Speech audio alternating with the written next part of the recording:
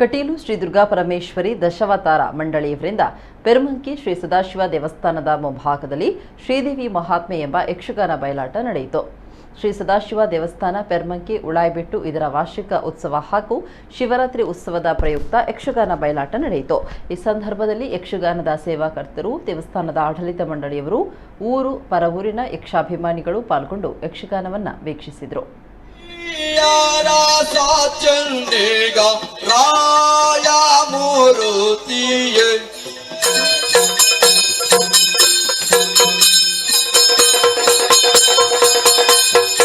ನಿಮ್ಮೂವರಿಗೂ ಗುಣ, ತಾಣ ಹಾಗೂ ಕರ್ತವ್ಯಗಳನ್ನು ಅನುಗ್ರಹಿಸುತ್ತೇನೆ.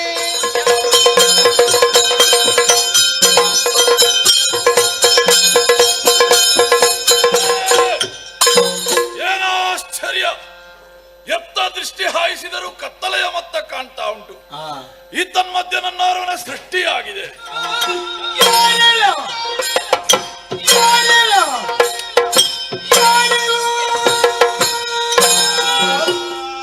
ಇನ್ನೇನು ತಪಸ್ಸು ಆಚರಿಸಬೇಕು. ಆದರೆ ಮನಸ್ಸಿನ ಚೌಕಟ್ಟಿನ ಒಳಗೆ ನಾನಾ ರೀತಿಯಾದಂತಹ ಪ್ರಶ್ನೆಗಳು ಮೂಡುತ್ತಾ ಇದೆ.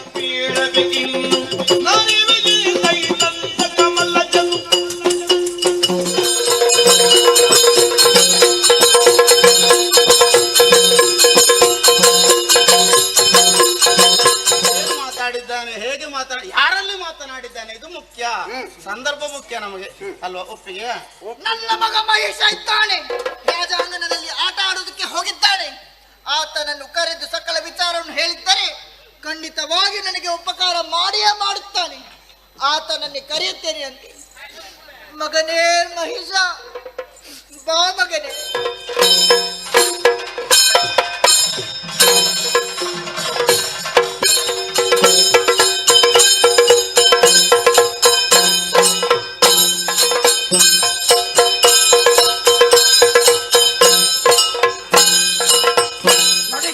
ವಿಚಾರವನ್ನು ನಿನ್ನ ಮಗನಲ್ಲಿ ಹೇಳಮ್ಮ. ಮಗನೇ, ನನ್ನ ದೀರ್ಘವಾದಂತಹ ಕರೆಯನ್ನು ಆಲಿಸಿ ಓಡಿ ಓಡಿಕೊಂಡು ಬಂದೆ ಮಗನೇ.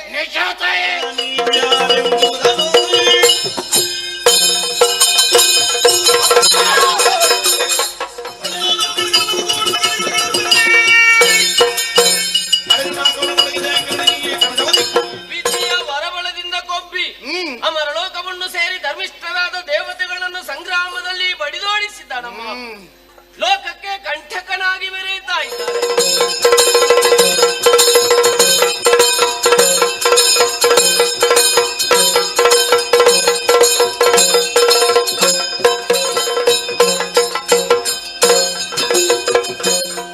ಕಂದ, ಚಿಂತೆ ಮಾಡಬೇಡ. ನಿಮ್ಮ ನಿಜ ರೂಪವನ್ನು ಮರೆಮಾಚಿ ಈ ತುಹಿನಾದ್ರಲ್ಲಿ ಇದ್ದುಕೊಂಡು ದೇವಿಯ ಲೀಲೆಯನ್ನು ಕಣ್ಣಾರೆ ಕಾಣುತ್ತಾ ಇರಿ ಮಕ್ಕಳೇ.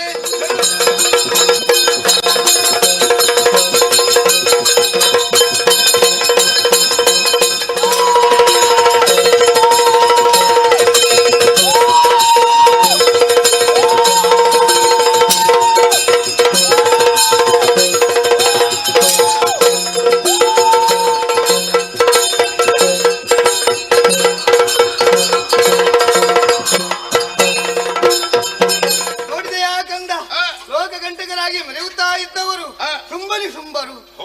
ಹೌದು, ಅವರೆಲ್ಲ ಕೊಂದು ಲೋಕಕ್ಕೆ ಬಂದಿರುವಂತಹ ಕಷ್ಟವನ್ನೆಲ್ಲ ಪರಿಹರಿಸಿದವರಿದ್ದೇನೆ. ಮಗನೇ, ಇನ್ನು ಯೋಚನೆ ಮಾಡಬೇಡ. ನೇರವಾಗಿ ನಿನ್ನದಂತ ದೇವಲೋಕವನ್ನು ಸೇರಿಕೊಂಡು ಆಳ್ವಿಕೆಯನ್ನು ಮಾಡಿಕೊಂಡು ಬಾ ಮಗನೇ.